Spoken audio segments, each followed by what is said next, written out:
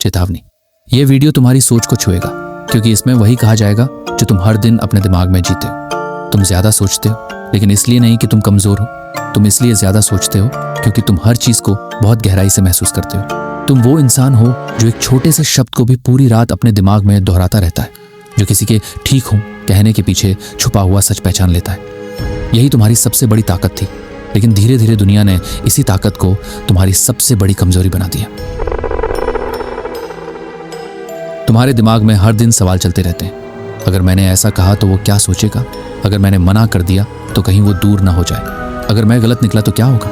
तुम कोई भी फैसला लेने से पहले 100 बार खुद से लड़ते हो और अक्सर फैसला लेने से पहले ही हार मान लेते हो। बाहर से लोग देखते हैं कि तुम चुप हो, लेकिन कोई ये नहीं देखता कि तुम्हारे अंदर कितनी लड़ाइयाँ रोज लड़ी जाती हैं। सबसे दर्दनाक बात ये नहीं है कि तुम ज्यादा सोचते हो, बल्कि ये है कि लोग तुम्हारी इस आदत को समझकर इसका फायदा उठाने लगते हैं।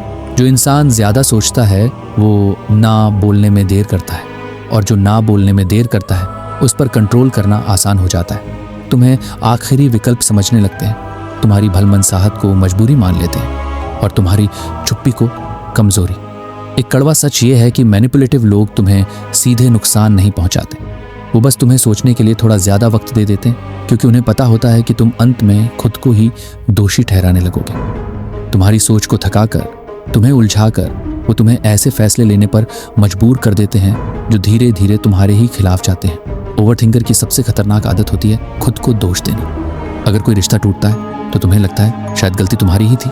अगर कोई दूर होता है तो तुम मान लेते हो कि तुमने ज्यादा उम्मीद कर ली थी। सामने वाले को नहीं, खुद को बदलने लगते हो, और यहीं से असली कंट्रोल शुरू होता है। याद रखो, शांत रहना हमेशा कमजोरी नहीं होता, लेकिन जब कोई इंसान अपनी हर सोच को खुद के खिलाफ इस्तेमाल करने लगे तब वो सबसे ज्यादा वल्नरेबल हो जाता है। तुम ज्यादा सोचते हो क्योंकि तुम्हें चोट लगी है, लेकिन दुनिया तुम्हारी चोट नहीं देखती, दुनिया सिर्फ तुम्हारी चुप्पी देखती है।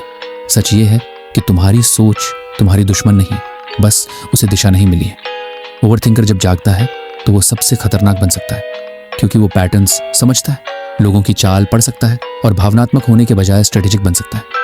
फर्क सिर्फ इतना है कि उसे कभी ये सिखाया ही नहीं गया कि कब रुकना है।